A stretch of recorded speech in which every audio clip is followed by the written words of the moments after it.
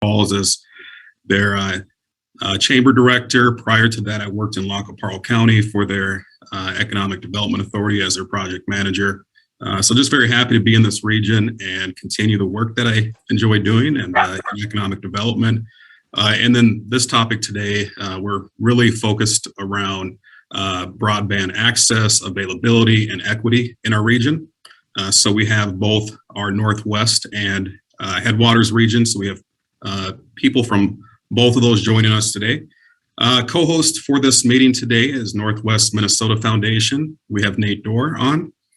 We also have Northwest Regional Development Commission. So we have Jennifer on as well. So, and then myself with Headwaters Regional Development Commission, and we have Bernadine, Mary, and Bill on from the Blandon Foundation. So this effort is really led by Blandon to really connect and mobilize leaders in our region to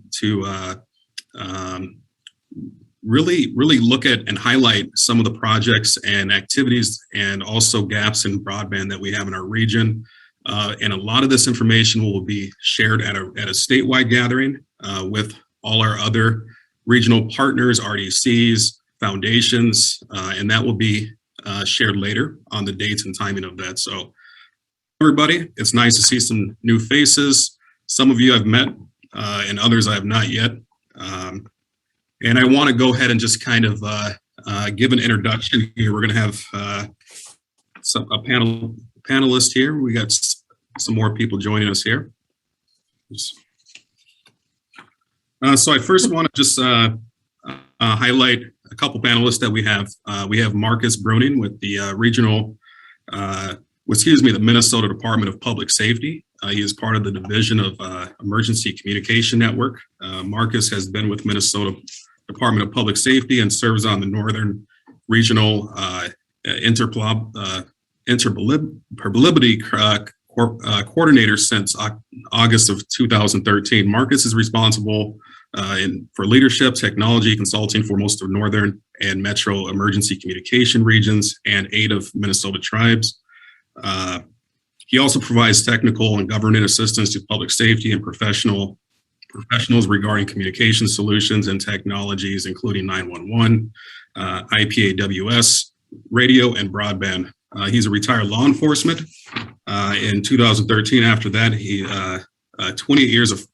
had 28 years of public safety career service.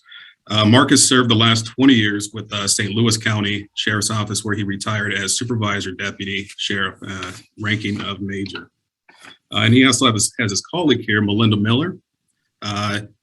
She's with the Wireless Broadband Program Manager, Minnesota Department of Public Safety and Division of Emergency Communication Networks. She has been with public safety since January 2016. She spent the last 30 years in software development before joining state government. She was recognized by the U.S. Department of Commerce for her work on mobile app development. And as the Wireless Broadband Program Manager, Melinda guides the Wireless Broadband Committee of Statewide Emergency Communication Board on all things public safety, broadband, and data sharing related for the betterment of communications.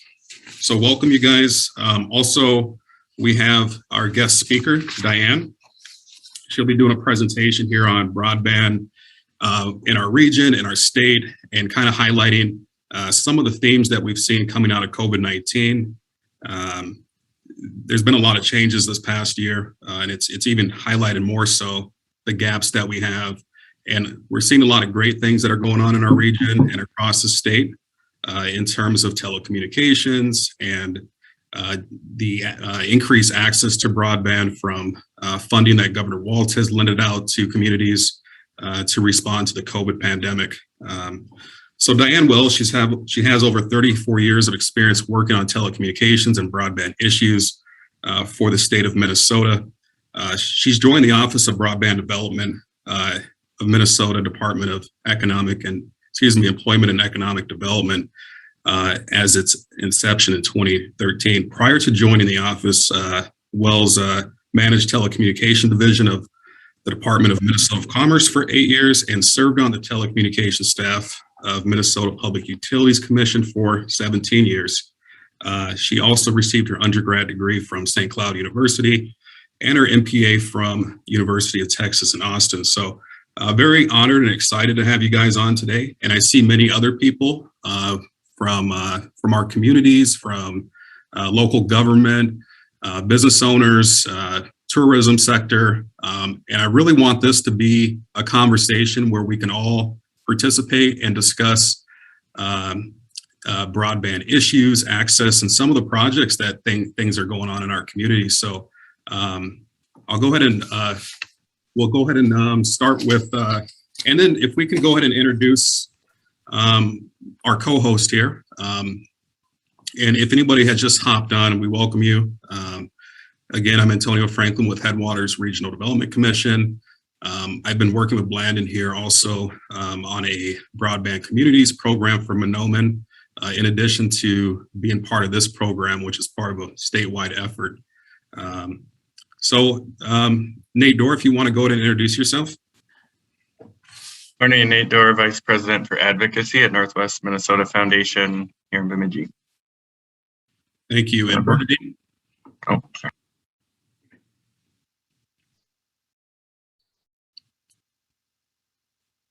Sorry, looking for my mute button. Good morning, everybody. I'm Bernadine Jocelyn with Blandon Foundation, and so pleased to be with you this morning. Looking forward to the meeting today. Thank you, Bernadine. And Bill? I'm Bill Coleman, a consultant to the Blandon Foundation, helping communities on rural broadband issues. Thank you. And Jim, I seen Jim hop on.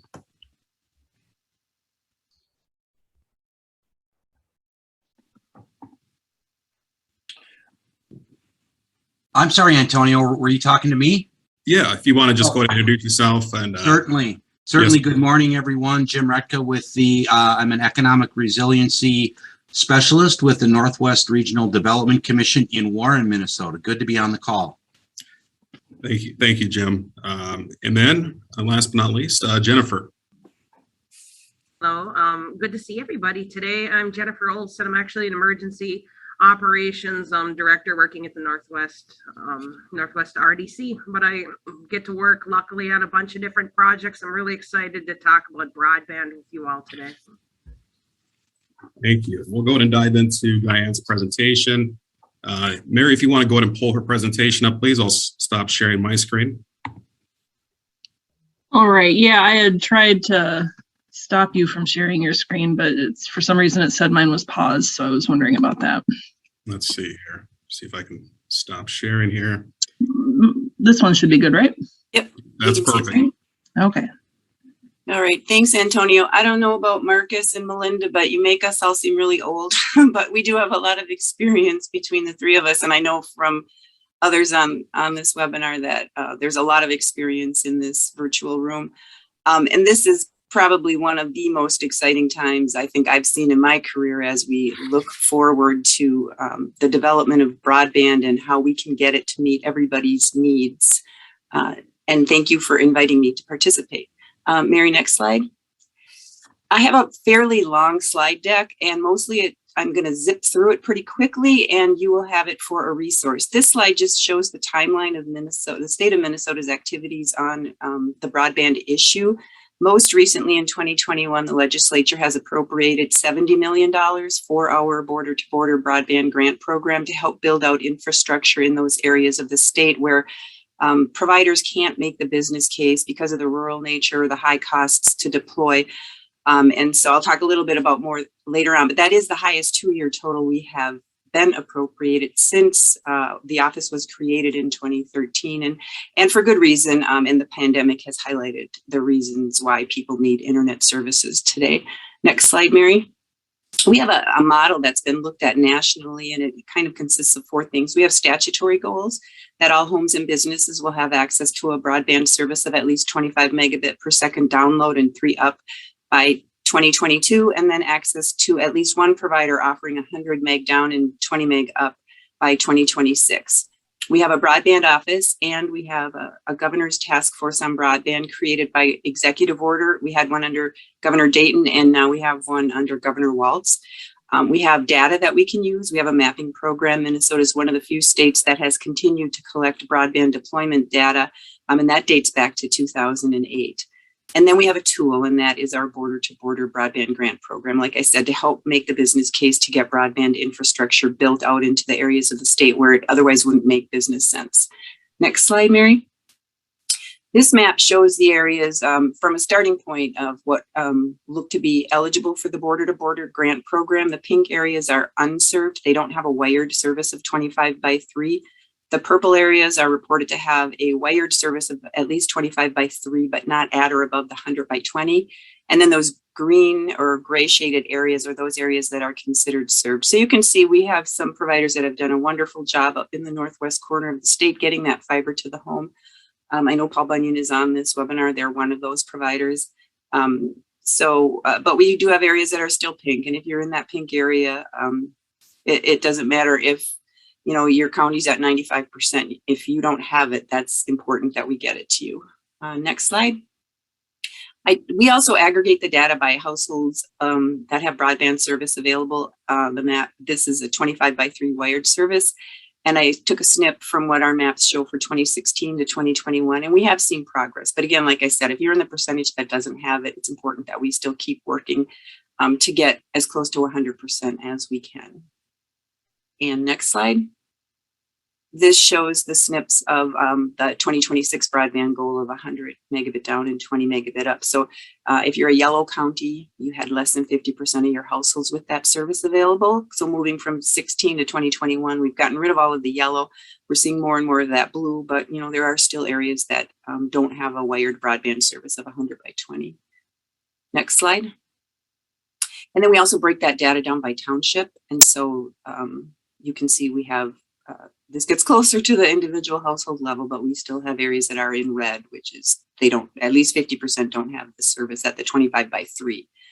And then the next slide is that township level data at the 100/20. Okay, next slide. The next few slides just talk about our border-to-border grant program, which has been funded since 2014, and we've been able to work with providers to get broadband service to almost 57,000 homes just with that program. Next slide. And the purpose, like I said, is to provide that financial assistance to help providers make the business case to build out broadband service. Next slide. This just lists from the statute who is eligible to apply. Next slide, Mary. And this is how we've run the program in prior years. It's come from state general fund revenues from 2014 through 2020. We distributed in a single competitive grant round. The technology has to be scalable to 100 megabits per second up and down. There was a cap of $5 million per grant award. We could only fund up to 50% of the eligible expenses.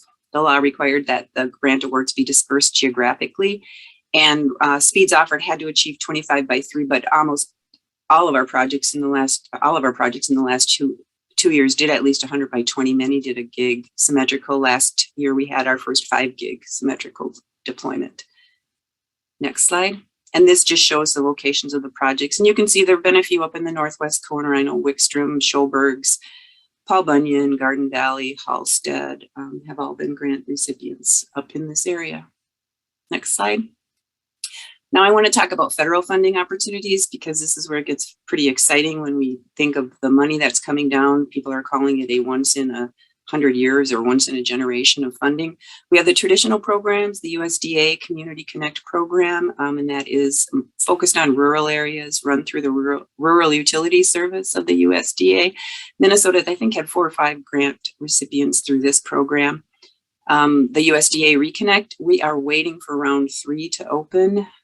We've had, I think, 3 projects in the past, 2 first rounds of that, and that's been funded again because of the pandemic. And then the FCC Rural Digital Opportunity Fund, and that is the replacement program for the Connect America Fund, where the FCC is redirecting its universal service funding that had been for landline telephone service to also help pay for build out of broadband service. The FCC is currently in the process of reviewing the long form applications to determine whether to award final funding to the auction winners, which were announced last December. And I know Paul Bunyan is one of those auction winners, waiting to hear if their long form has been approved. I don't have on here the CARES Act, which was, I think, March of 2020, where some local communities did use CARES Act funding to build out broadband service. But I start here with the Consolidated Appropriations Act, which was passed in December of 2020. And that has a couple of programs that the National Telecommunications and Information Administration is administering out of the U.S. Department of Commerce. Their application windows have closed for two of the programs, and one was the broadband expansion to underserved communities, where they had $288 million to award.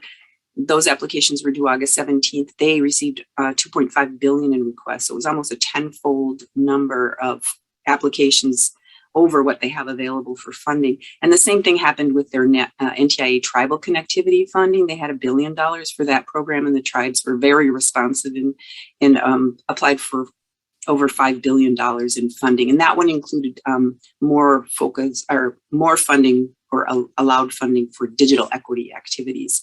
And then also out of the Consolidated Appropriations Act, I want to mention the FCC Emergency Broadband Benefit. If your low-income households aren't aware of this program, you should help get the word out. It's a $50 credit on the broadband bills if they are receiving service from an eligible provider, and that is up to $75 a month on tribal areas. And it can be used in addition to the Lifeline program, which is that $9.25 benefit that the FCC has made available, and a lot of subscribers have used that for their wireless phone service. This can be used for a different and a wired service, so you can use it for two different services if you're an eligible household. Next slide, Mary. And now in the American Rescue Plan Act, or ARPA, which was passed in March of 2021, there's the state and local fiscal recovery funds, and broadband infrastructure is in allowed use. And I know several counties and local governments are looking at funding broadband projects with that funding.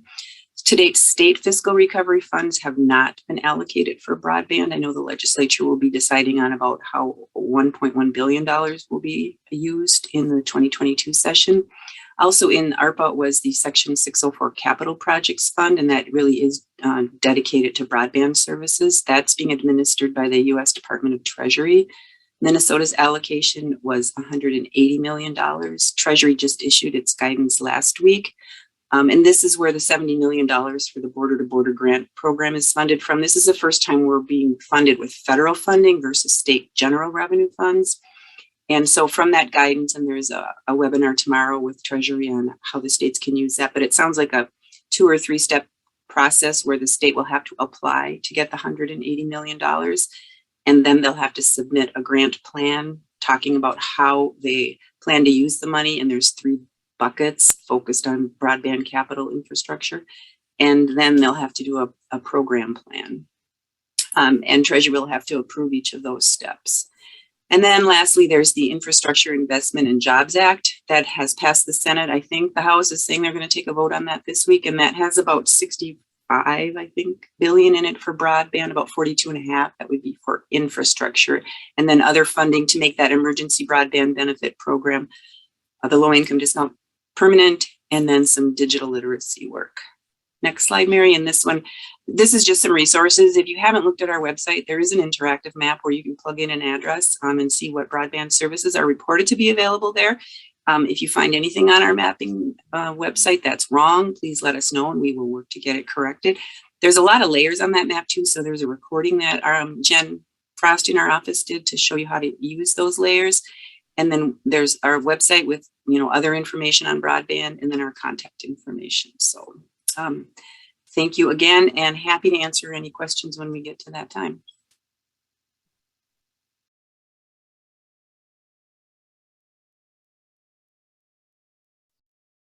Antonio, you're on mute. That would help, wouldn't it? Thank you, Diane, for the presentation. That was great. Lots of great data, lots of great funding opportunities across the state. I want to open up questions right now while everything's fresh. So if anybody has any questions about her presentation, feel free to ask them right now if you have any.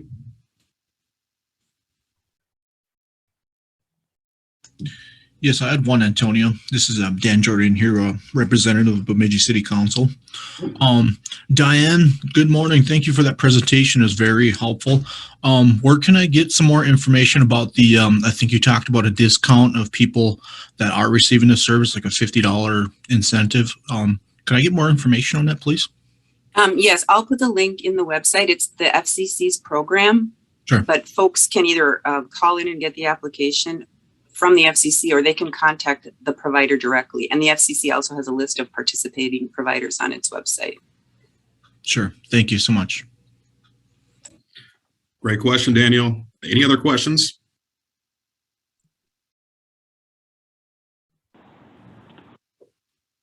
If not, here I see Marcus unmute. Marcus, you have a question? No, sir. Just bump the button. Thank you. All right, we'll move on here. So I want to do something a little different. I see we got local government. We have tourism on here. We got a lot of different people on here. So I want to, with our panelists, if there's anyone else that wants to share and answer some of these questions, I really want that to be open and give you an opportunity to share. Because the information from this is going to be shared at our statewide gathering, and really work on issues collectively statewide.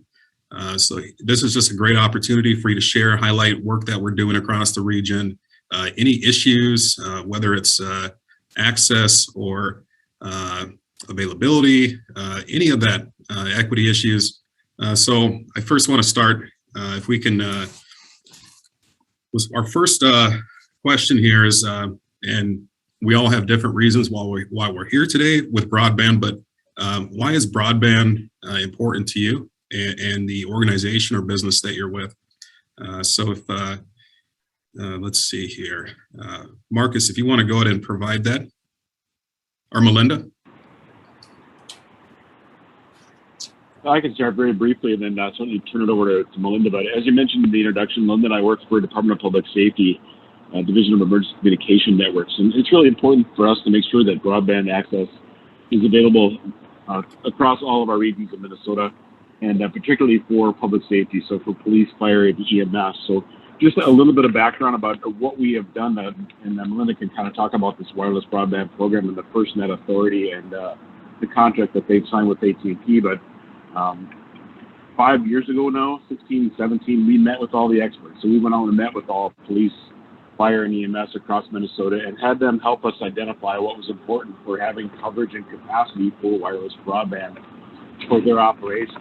And as you can imagine, one of the questions we asked was, where do you not currently have coverage on commercial carrier networks?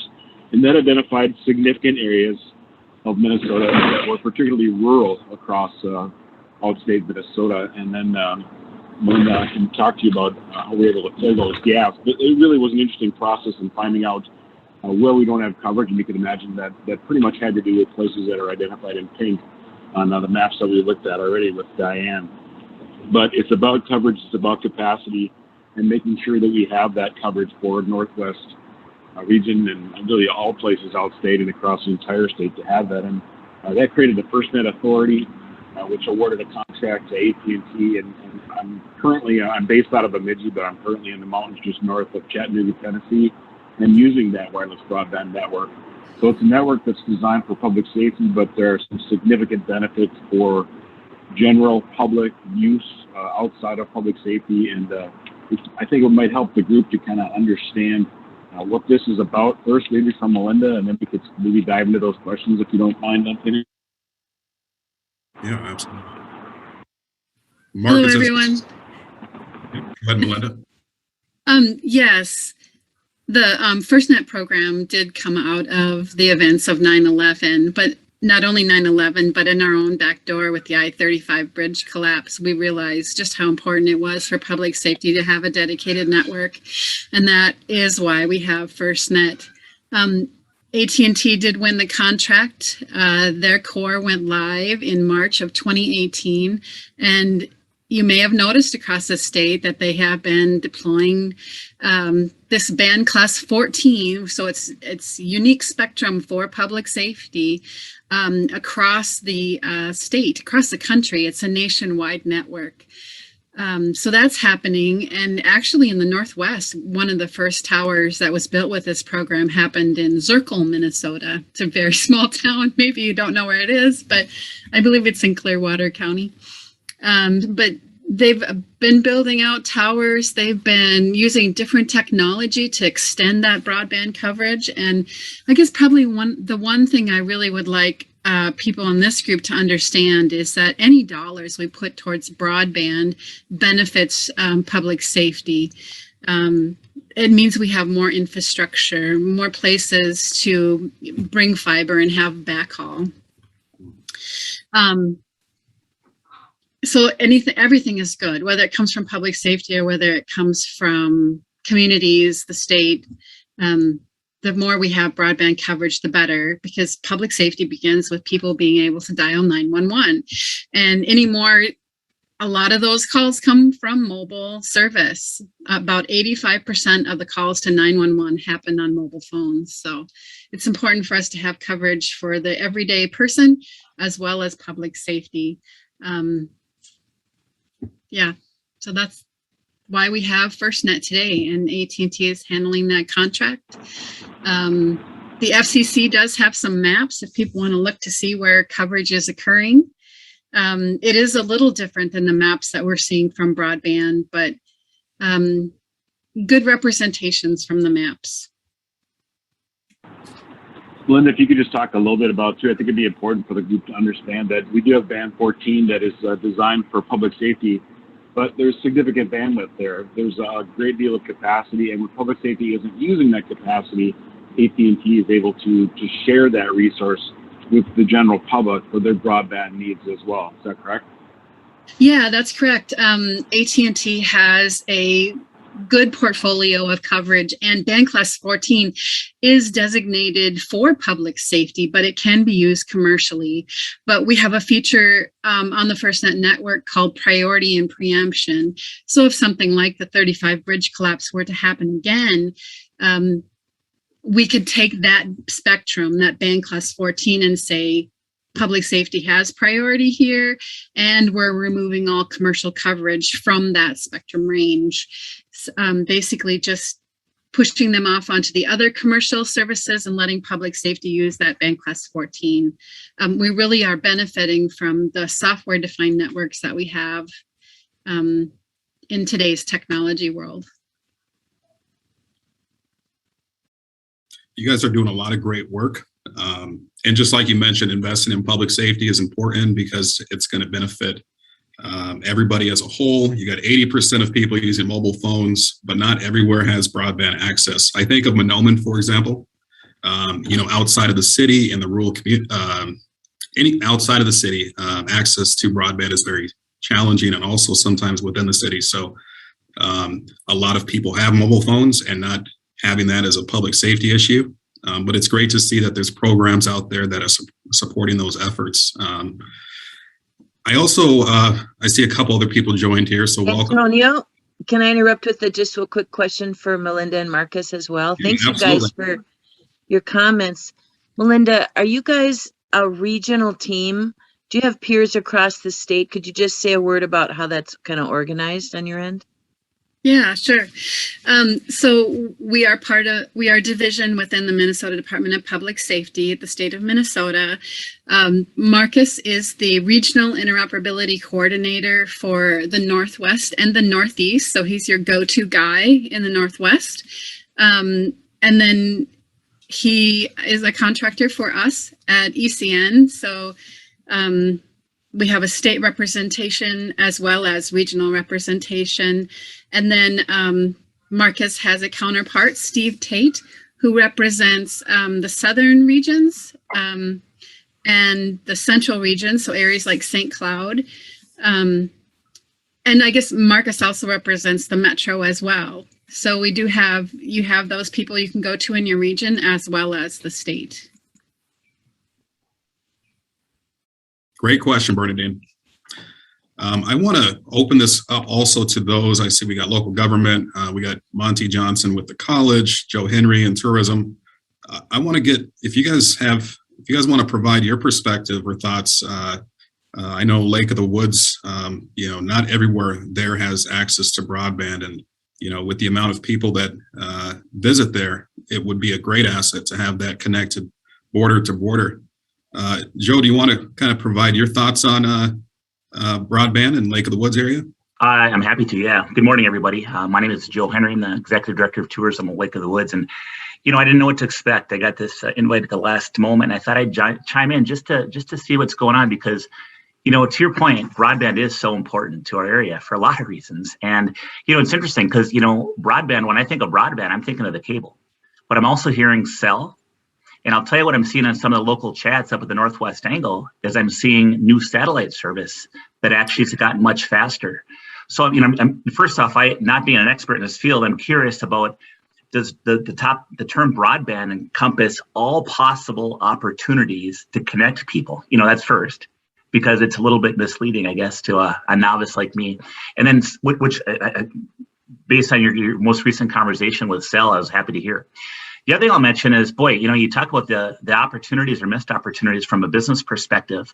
We got, based on where you're located geographically, there's winners and losers when it comes to business. I can recall being at a Northwest Angle resort where, part of my time was filming for a TV show and part of my time was catching up on normal work. I couldn't catch up on normal work because I had zero service. It was that bad. I know that there's certain resorts that everybody knows that the only service that's available up there is Verizon. AT&T and T-Mobile don't work at all. And then the only place you're going to get service is if you go to the very end of the dock. It's just that's how it is. And so it's a disadvantage from a business perspective. I recall recently a major tackle company we had up there where we did a big promotion where we were going to do not only a TV show, but every single day, live video and uploads and things like that. The upload speed was so slow. They were so frustrated. We had to postpone the project, bring it back to the Twin Cities, pretend it was live about 1 or 2 weeks later, and they said they'd never come back because of that. So those are some of the issues, and then the other thing I'll mention is safety. We're a marketing slogan, we call ourselves the walleye capital of the world, but regardless of what we are, we're a big lake that really relies on a lot of fishing. And when you talk about, being 30 miles, the big open water of Lake of the Woods, a big traverse bay, is 30 miles by 25 miles wide. It's big water.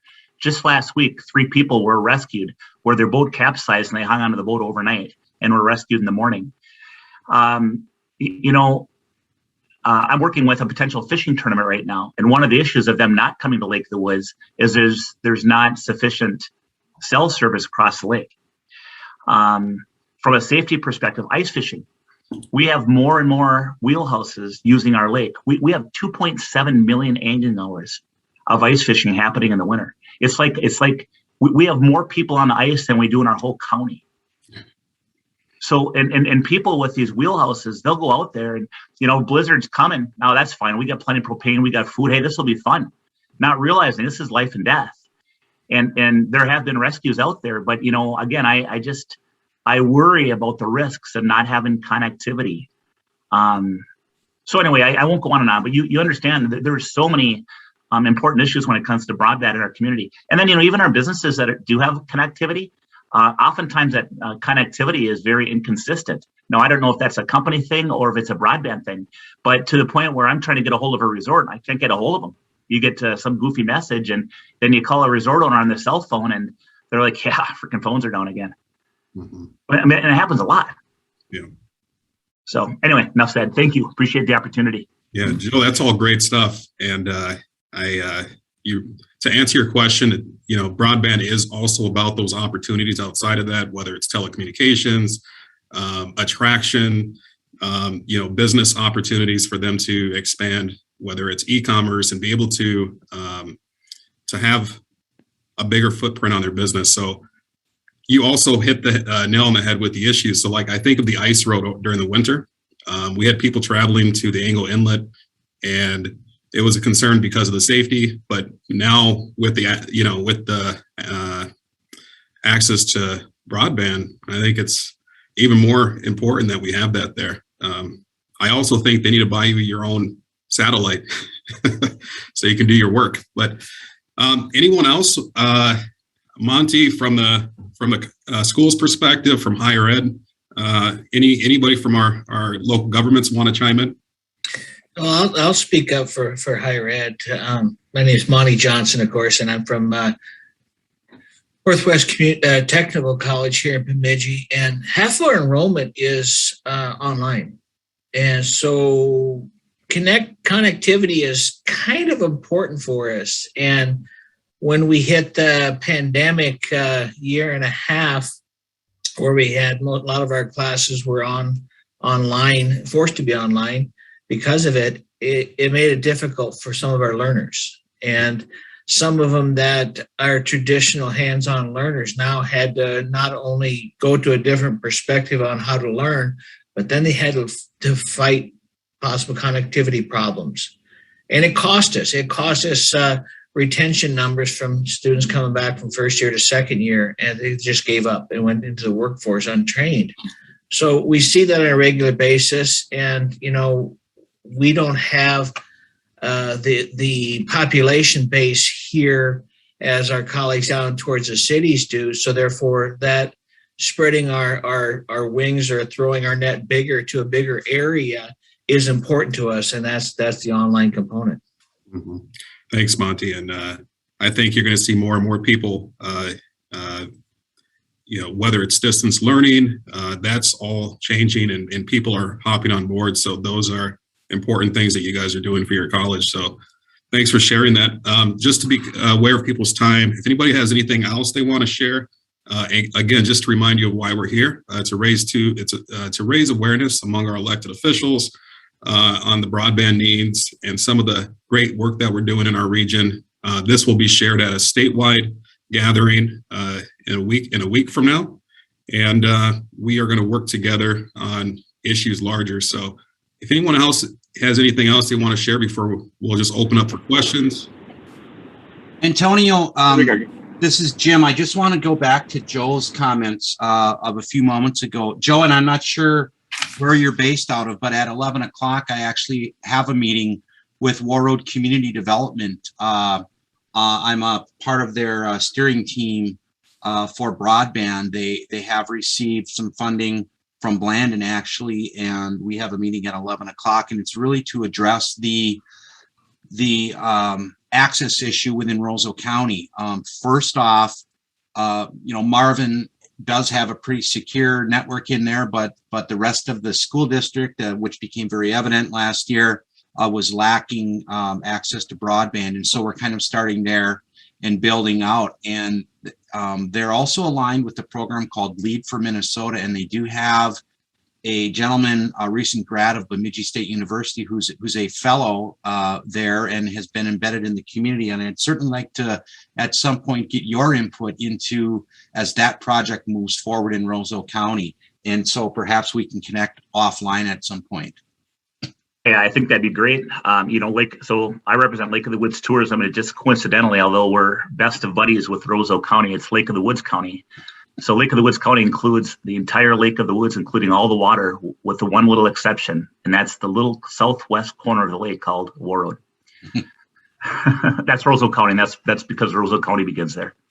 But maybe there's some things we can piggyback off of, and certainly interested and appreciate your work. Thank you. Sure, thanks. Hey, I wanted to jump in quick too. Sorry, I'm actually the fellow that James is talking about. And Joe, I had just shot you a message with my contact information, direct message through the chat. Definitely want to reach out to you, but I wanted to quickly say too that so we're working with Marvin and this group called Lead for Minnesota. 11 other towns, including Warroad, are getting fellows who are working on developing broadband around the state. And I just had one quick question for Diane, once I find it earlier up here. So Roseau Electrical Co-op, I had met with them the other day, and they kind of pitched an interesting thing to me. So they wanted to push for people to, instead of going just meeting the benchmark set by the state of that 25, why not go for the gigabyte? Because the cost of the actual physical line isn't much difference. So you're talking about just installation. So I'm curious on if there's If it's just, I don't know, I'm just curious on that, on why we're all gunning just for the state minimum required, whether going for true sustainable good internet. The way the state law was worded and the goals that we have, those were written in 2016. They are a second iteration of goals. We have not awarded a project at 25.3 in years and years, and that was actually an extension of a federal, the CAF program. The last two rounds have, I think, all been fiber to the home. And like I said, one of the providers did a 5 gigabit symmetrical offering with theirs. The way the law is written now is you have to deploy equipment that is capable of delivering 100 by 100 service. So the idea is that if you went, you wouldn't have to replace that if the next iteration was to go faster. But, obviously we're all in with going as fast as you can. We don't choose what's filed. The applications are, they're from the grassroots level with a provider that partners with a community. So if a community decides that, well, we want to do fixed wireless so we get as many people as possible covered, we're open to a fixed wireless offering as long as the equipment we pay for is 100 by 100, scalable to 100 by 100. But we evaluate what's submitted. So if you've got a great application and it's a 5 gigabit symmetrical, we'll look at it, especially if it's getting into those areas that have nothing right now, but maybe a cell hotspot and old satellite service. So we really want to focus the money onto areas that don't have anything right now. So, we don't have a problem with paying for fiber. That's what we have largely been paying for. Okay. Yeah, no, that's fine. I was curious about that because, like I said, that was one thing they always pitched on to me, and they were wondering, they were curious on that. So I decided to follow up and get back to them on that. Right. But to be eligible, if you already have 100 by 20 wired service, you won't be eligible because, again, we're trying to drive this grant funding to those areas that don't have anything. Okay. And then one thing too with that is, and kind of to this, I guess I'm not sure how to handle that either, is that you have the issue where you can, like Roseau here, my internet was, I think I paid for up to, well, on the map, it says it's up to 50. But then, I get maybe 15, like megabytes down. And so I'm curious on what's the, how do you handle it? Because most of my neighbors too are the same way, where you can look on the state map and it says that, Roseau or Warroad County has, or Warroad has up to 100 megabytes, up to 50, but it's really not that. And I guess we're curious on, because some of those benefits, especially they're if you get 15 or less, you can get a grant, stuff like that. But then on the state map, it says otherwise. And so we're trying to figure out how to handle that. And this is Diane. And like I said, if you have areas where you feel the map is incorrect, then let us know and we'll work, because we start the process with as the law requires, collecting the data from the broadband providers. And some of those, especially those with the copper-based offering, the DSL, it is, they use rules of thumb to submit their data because it is difficult. If you've got you might be in an area where if your house was right by the road, you'd get 25 by 3. But if that copper has to go 3/4 of a mile up a driveway to your house, that's the distance. That distance will cause the signal to degrade and you won't get that. And so copper is very difficult to measure. We will be moving into location-based data gathering once the FCC changes its methodology. And so that will make it more granular. But yeah, let us know. Yeah, thank you. Great question, Matthew. I have a couple more people I'm going to call on and ask them specific questions. I want to welcome, we got Steve Howard. He is with Paul Bunyan Communications. He's the Information and Technology Manager. Steve, I just want to, if you can share with the group, what are your guys' priorities in broadband? You're doing a lot of great work already. If you just want to kind of share some of your priorities that you guys are working on. Sure, sorry about that. It kind of caught me out with food. We're working on a lot of things right now. We've continued to push to get to people that have no service, so we've been very busy. Hey, Steve, I'm going to stop you 1 second here. I'm sorry. Can you speak into or bring your microphone closer to you?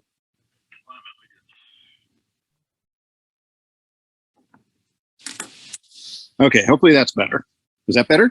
lot better. Okay, sorry about that. Nope, that's so right. we are, you kind of caught me off guard here, so I wasn't prepared for. That's for all right. this, but, share what you know. Yep. Priority wise, we are very busy building and growing our network to get to locations that have no service, to get to people that have nothing. And you can see that if you look at our growth year after year. That has been a real priority of ours. And also, we want to try and bring it at a reasonable cost. We've just dropped our gigabit prices to $80 a month, and we got a very competitive 2 gig price out there at I think $150 a month. And we also recognize that price is also a barrier to people getting in. So we are trying to work more and more with folks, work through things like the challenges of maneuvering through the emergency broadband benefit program and some of those things, and working with our members to bring service to people that, financially need some assistance. So, we're also busy focusing on just bringing technology in general to the region. For example, we opened a new Apple Service Center in Grand Rapids over in the past several months, and continuing to grow that business and bring more technology to the area. Sounds great, Steve. Thanks for sharing. And the last question here, we have Kerry Kirchbaum. She's our new city administrator for the city of Monoman. I'm really excited that she's working there. She's done a lot of great work in Gary, a lot of great economic development projects.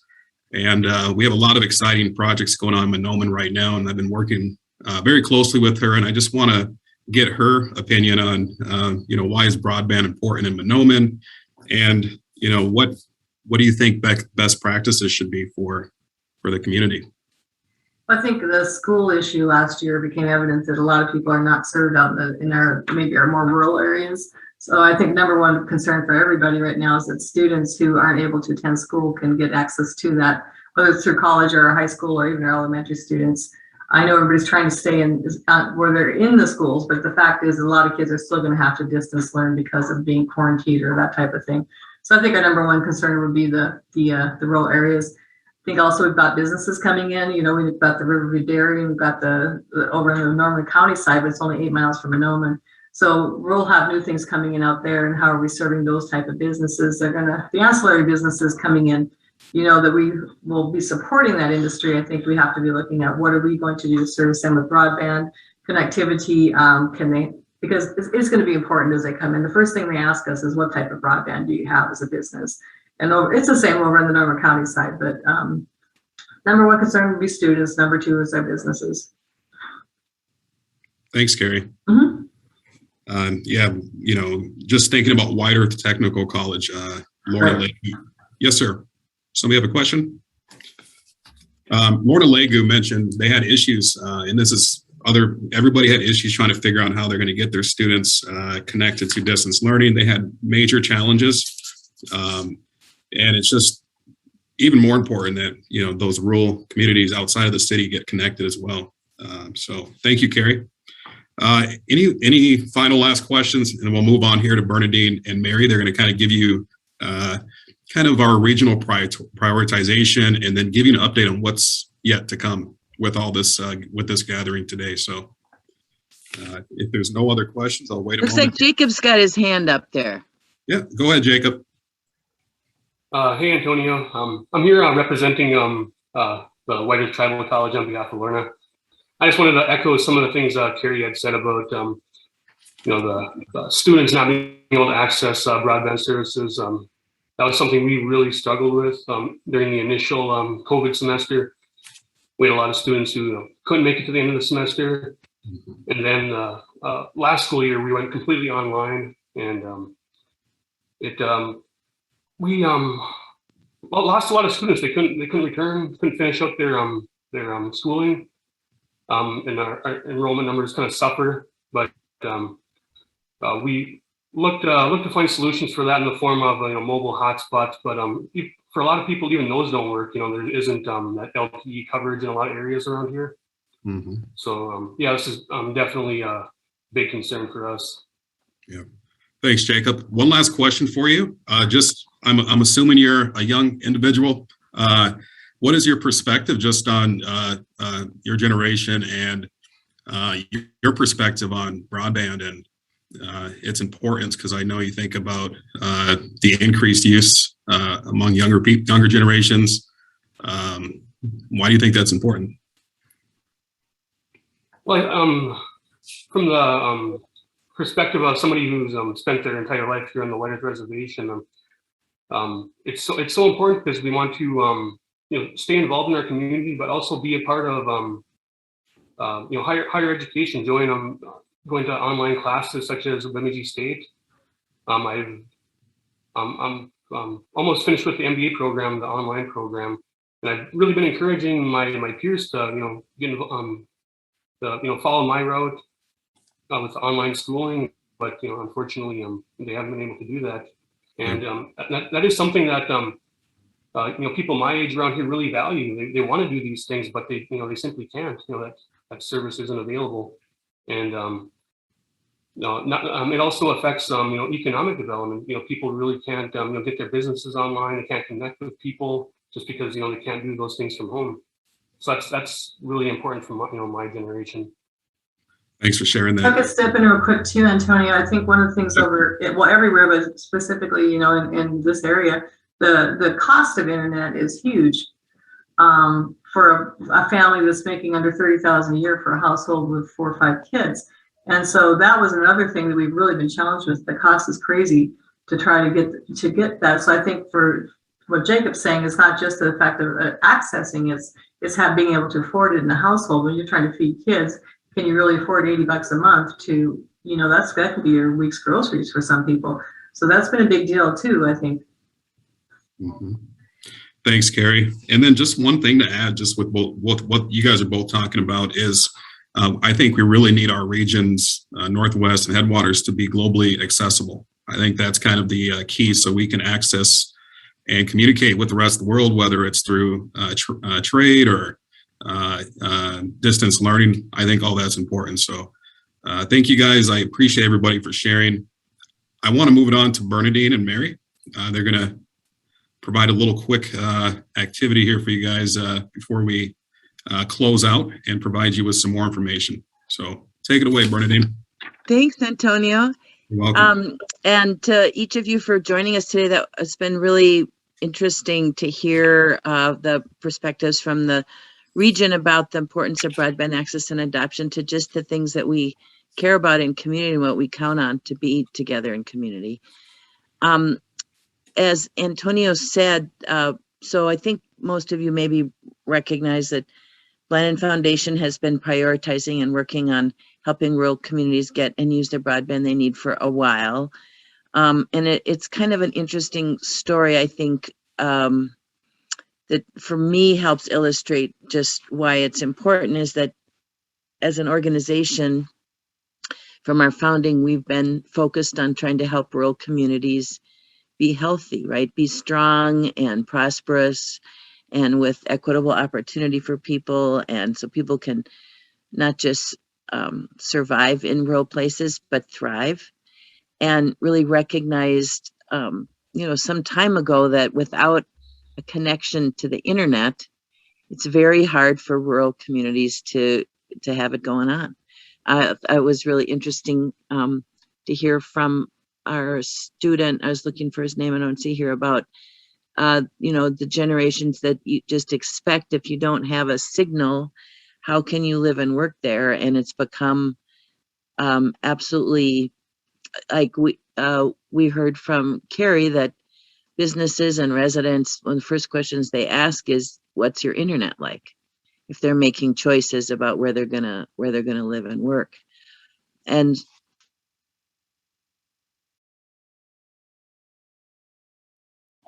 you just accidentally muted yourself. Sorry. Thanks, Mary. Broadband has proven to be a challenging topic for community leaders to get organized around, because it's complicated, right? It's hard, and as Diane said, now more than ever, we're seeing a once in a lifetime opportunity for investment, and yet there's so many rules and regulations and criteria about what is possible and what you can do. It's very challenging for rural leaders to step up and play in the game and make sure that the communities that we all live in responsible for are getting their fair share, are, you know, getting an opportunity to take full advantage of these potential investments. And so we've found at Blandin Foundation that it's been helpful to help local leaders kind of organize themselves, come together around the need and learn about the opportunity and make a plan. So that's what we've been focusing on for a bunch of years now across the state. It's been a real privilege to get to do the work. And we've seen over the years that those communities that scratch their itch, you know, that organize themselves are the ones that get a network or make improvements.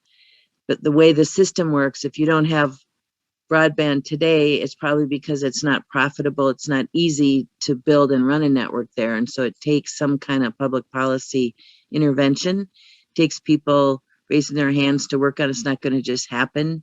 If you don't have it now, there's a reason, and it's not going to happen unless you step up. So that's kind of what we're about it, trying to help communities do across the state of Blandin. And this meeting here today, as Antonio said, is one of 8 meetings that are happening across the regions.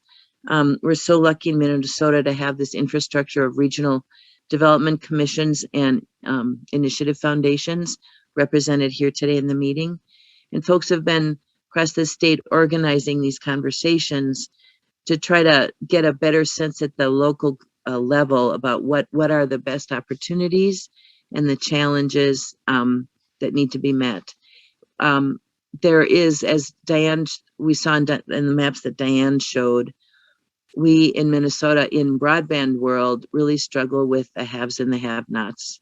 So some communities have got it going on and some don't. And the difference in most cases, besides the provider communities that partners you have, is the local leadership and people standing up to figure it out for themselves. So as Antonio said, we've hoped that these conversations that we're having across the state are going to help people get motivated to work together to address these challenges. If you don't have good broadband, it's hard to attract and retain knowledge workers. It's hard to attract and retain students and young people and families, and get the healthcare access that you need and the government services. It's just really important. But it's nobody's coming to save us. It's us that we have to rely on. So in October, and from the 12th to the 14th, and those mornings, and Mary's dropped the conference link. Thanks, Mary, into the chat there. You can see that we're going to be hearing back from the outcomes of these conversations across the state and some other good content about stuff that's going on to address the broadband challenges at the state level. And we invite all of you to join us. We hope that you'll check out that link and join us that morning, and we'll hear back not only about what folks talked about here today, but elsewhere across the state. The other opportunity I wanted to share was if there are folks listening here today on the meeting that have an interest in stepping up into working on this in their community, Blandin is currently recruiting for a community partner for our Broadband Accelerate program. And it's kind of a supercharged 4-month, 16-week intensive, getting off the dime and getting a plan for your community to get broadband.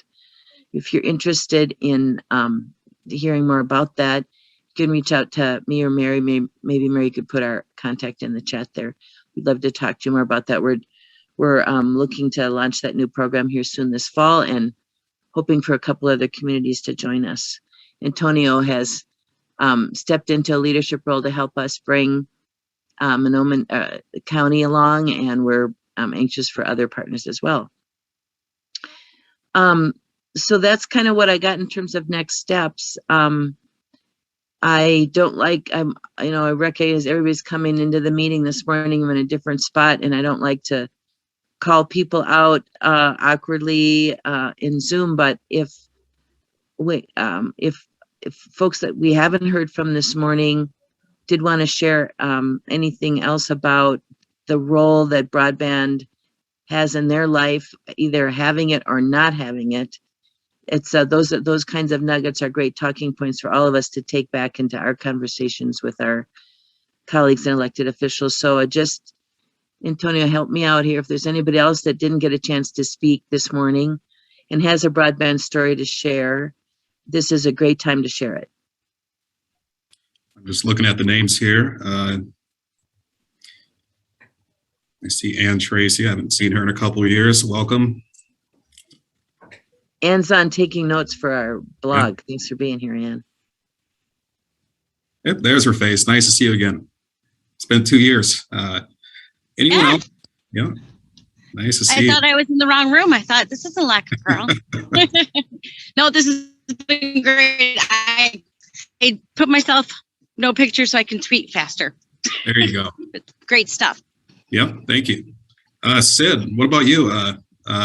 Bagley, anything you want to share there?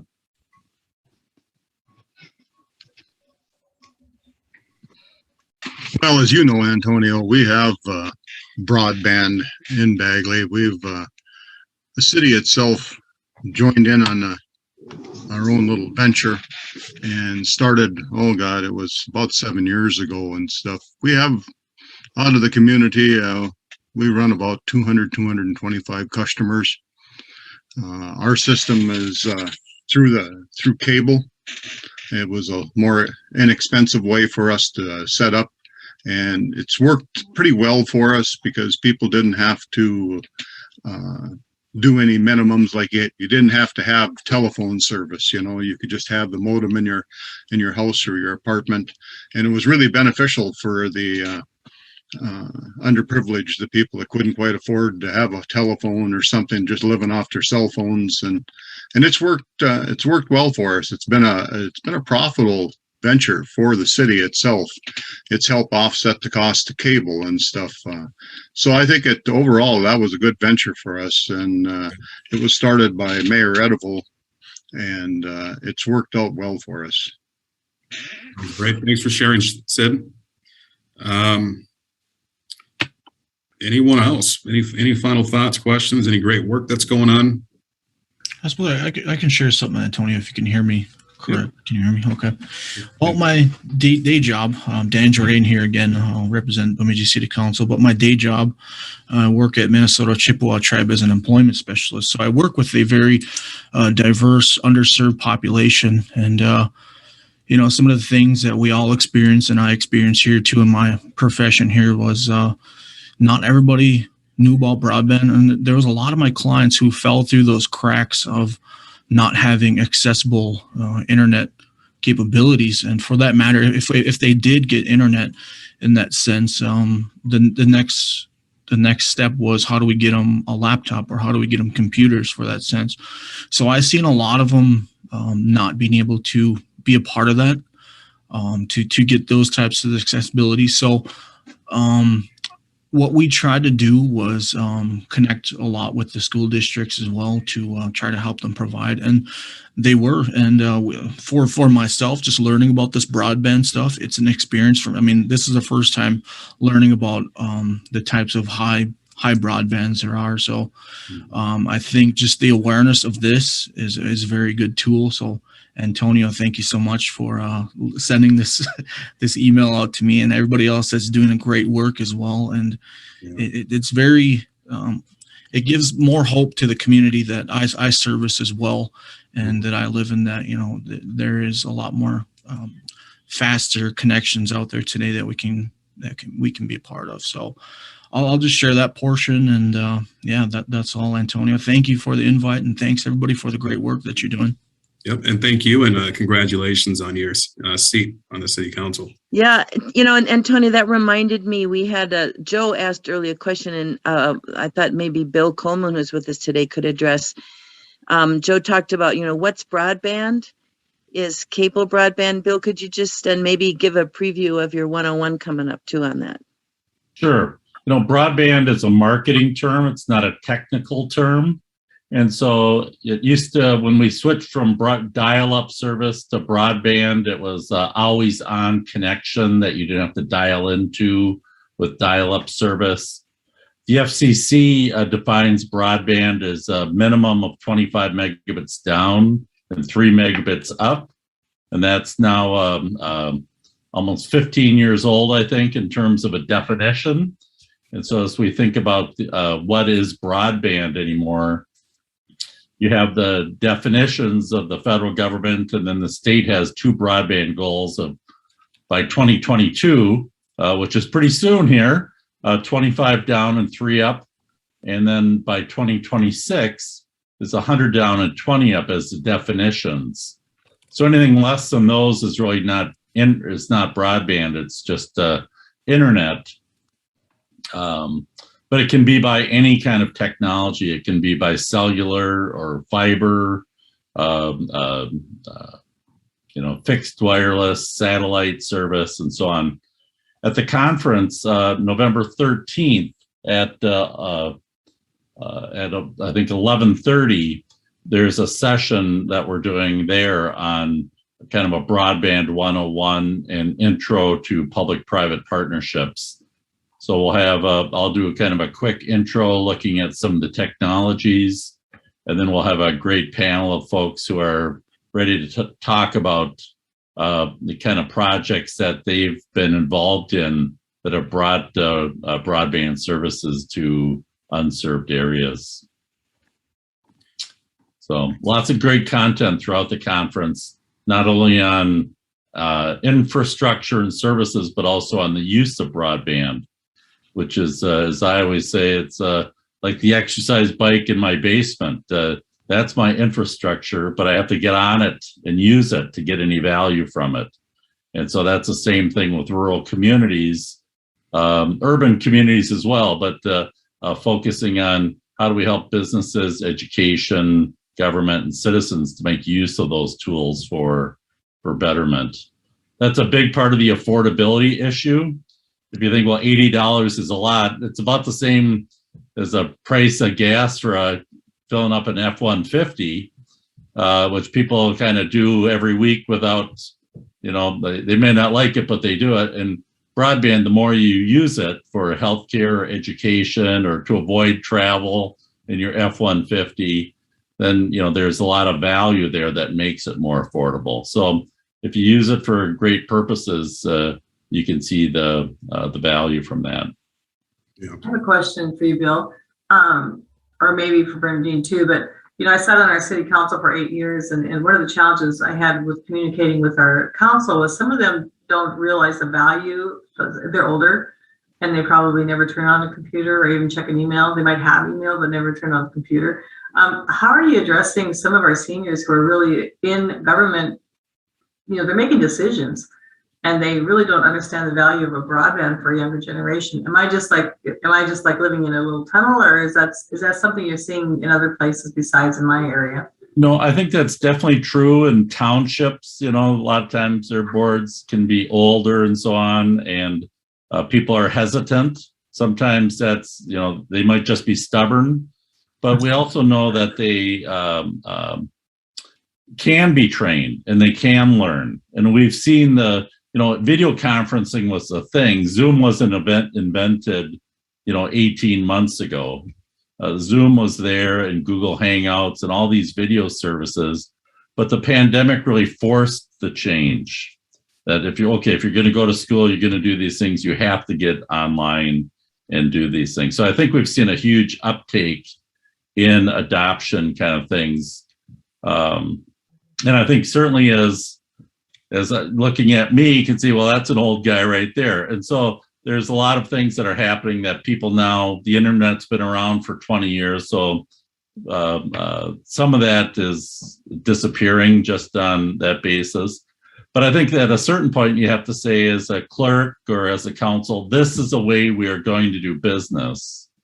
And I'm not going to print out all your emails for you or print out the packet, or, we just have to make that shift to this more broadband enabled world. And so some people aren't going to like it, but that's the way change always is. But we've also seen, programs, and this of course pre-pandemic, you put the high school kids together with senior citizens and one-on-one training. so many times what we found is that training has to meet people's needs right then. It's not this, oh, come to this intro to computer class. People just fumble around with the mouse, but it's really one-on-one.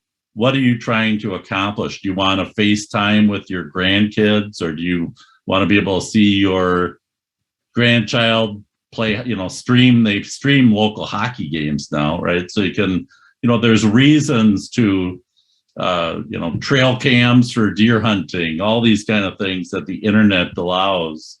You'd have to find what's going to turn that switch for any given population. And that's a real secret to that success. Bill, you highlighted one thing is education. I think about Lac-La-Parle County. I worked for their EDA there. They had what was called a computer commuter. Every day they would drive to a new area, and there was computers on there. They got one-on-one training, and it was an initiative under our EDA that helps support those who don't have access or computer availability, and then they get training so they can connect with their grandkids or whatever it might be. And then one last thing I want to share with you. Before I even knew where Bagley, Bemidji, or anywhere up here was, I worked for a company called North Central Services. They've now vastly grown here, and they've done broadband. When I was, 2007, I worked for them and did broadband trenching. We did broadband mostly in like North Dakota, Minnesota, South Dakota, Nebraska, and Kansas. Now they've expanded that.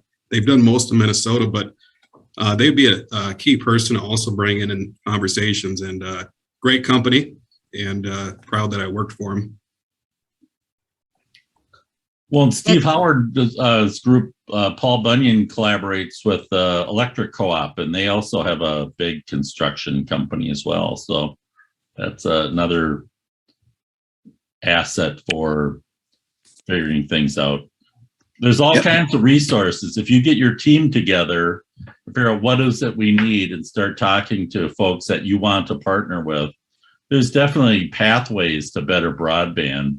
And with these dollars available now, both from the state and from federal sources, being aware of what those opportunities are and what particular areas qualify for which particular programs is really important. And we've seen that time and time again in Northeast Minnesota, a little Cherry Township. They were ready with a program, and the feds announced this, they were ready with their plan with their partner. And when they saw this federal program, the maps and data showed they were highly qualified for that. And they went out and they got a federal grant that is doing fiber to the home in this rural township. And it's a big change for them, and people are so excited about it. Just be ready. Yeah, and the grant he was talking about was the one that was released for about a month. It's a community block grant, and those who were able to have those committees together and knew exactly what they wanted were able to get their application in. So it's nice to know here who wants to participate and who wants to make that investment, wants to do that legwork. And so I'm really honored and happy that you guys joined us today. Yeah, and I see a note in from Joe again in the chat, and Diane's just responded about satellites. I just want to say again, Joe, that there are costs and pluses and minuses, costs and benefits to all the different technologies. Satellites, of course, got data cap issues, pricing, latency. I mean, that each, pick one. But this, the session that Bill talked about, the Broadband 101 at the conference, will be another chance to kind of get a good overview to a relative comparative analysis of different kinds of broadband technologies and what they mean for the consumer. Yeah, just to add on to that, Bernie. Sure, go ahead. Starlink is an amazing thing. It's really a different service than the traditional DirecTV satellites and so on, because their satellites are down lower. So they are able to deliver 100 megabits of service down, and the latency is cut significantly from the traditional satellite. At the same time, now they're bragging their 100 meg service. The internet fiber, we now see 5 gigabit or 10 gigabit services over fiber. So that gap is actually increasing You know, people who are without fiber now are being left behind. The idea that television shows want to upload, you know, high speed their content and show it that day, just like Joe was talking about. That's the world that we live in, is that it's immediate, it's high speed. The idea of, oh, drive this back, drive your disc back to someplace and do something with it. You know, that's the Pony Express, you know, technology. And so we just know that these technologies are better, and also know that if you don't have anything, if you suddenly get 25 megabits, you're going to be happy as a clam because you're have something finally. But if you want to be competitive globally and be able to attract people and investment in your area, you need these higher levels of service. Like Northwest Minnesota, that's served by Paul Bunyan and Garden Valley and some of these other cooperatives in particular, you know, that is a huge economic asset that your region probably is underselling right now in terms of attracting people and investment. And so that's a whole nother thing. Let's get up to speed and make use of that asset. For some people, it's kind of like, oh, there's a freeway, but let's stay off, you know, let's stay off the freeway and go back on the township roads. Let's drive those. I like those better. So you guys have some big freeways, and making use of them is a real opportunity. I think in this case too, that Starlink was really more of a, yeah, I realize there's a freeway out there. Right now I'm on an island. I have a pony and I have a chance to go to a horse. Exactly right. Yeah. So Mary is going to drop into the chat box now a link to a evaluation. We really ask you to take a minute to fill it out, because it's not just about today, but this is part of the mechanism we're using to gather input and ideas and priorities for our statewide meeting. So please do, if you would, click on that and answer those few questions and get it back to us. It's going to help inform our next set of meetings. Thanks so much. Thank you, Bernadine. And again, thank you guys for joining us today. And I look forward to meeting those I have not met in person, and hopefully we can. I know we're going back into fall again. Things are locking up, but I look forward to meeting those in the north and west of us and south of me here. So being new here, I'm seeing a lot of new faces and met a lot of people. So thank you guys for all participating. This is all great stuff. And if anybody has any follow-up questions, feel free to connect with me.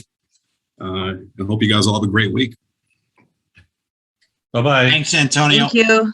Yeah, you're welcome. Thank you. Thank you.